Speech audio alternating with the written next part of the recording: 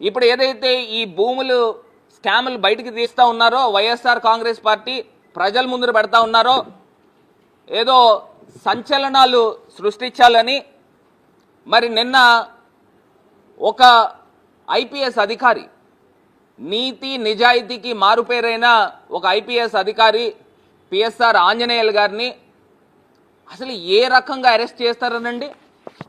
ఎంత దారుణం అనంటే ఇప్పటికే నేను గతంలో కూడా చెప్పా, ఒక బొంబాయి నటి అవుట్డేటెడ్ బొంబాయి నటిని తీసుకుని వచ్చి ఏ రకంగా ఒక చిల్లర రాజకీయం ఇక్కడ ఆంధ్రప్రదేశ్ రాష్ట్రంలో తీసుకుని వచ్చి జిందాల్ లాంటి పెద్ద సంస్థల్ని ఏ రకంగా అవమానపరిచి ఈయన వెళ్ళాడుగా. చంద్రబాబు నాయుడు గారు ఎక్కడికి వెళ్ళారు? దావోస్ వెళ్ళాడు.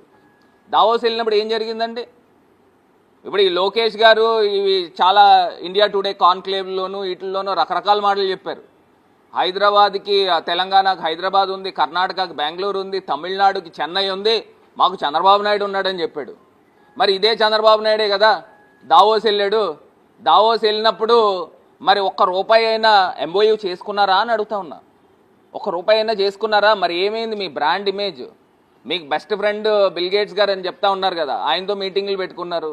పోనీ ఆయనైనా కనీసం సరే చంద్రబాబు నాయుడు గారు వచ్చారు కదా, ఒక 10,000 కోట్లు ఎంతో మీరు ఎంఓయూ చేసుకోవాలి కదా, మీకు ఏమైపోయింది అని అడుగుతా ఉన్నా. మీకున్న అనుభవము, మీకున్న ఆ గ్లామరు ఏమైపోయింది అని అడుగుతా ఉన్నా. ఈ రకంగా ఇండస్ట్రియలిస్ట్ని ఇబ్బందులు పెట్టే కార్యక్రమం చేస్తేనే ఈ రకమైన కార్యక్రమాలు జరుగుతాయి. ఇప్పుడు ఆ కేసుకు సంబంధించి హైకోర్టులో ఆల్రెడీ కొంతమందికి బెయిల్స్ ఇవ్వడం జరిగింది. కొంతమంది ముందస్తు బెయిల్స్ ఐపీఎస్ అధికారులు పెట్టుకుంటే దానికి కూడా హైకోర్టు ఇవ్వడం జరిగింది. ఇవన్నీ జరిగిపోయి ఒక 3-4 నెలలు గడిచిన తర్వాత ఇప్పుడు ఏదైతే ఈ ఊర్సా భూములు వెలుగులోకి వచ్చినాయో దాన్ని ప్రజల్ని డైవర్ట్ చేయాలి.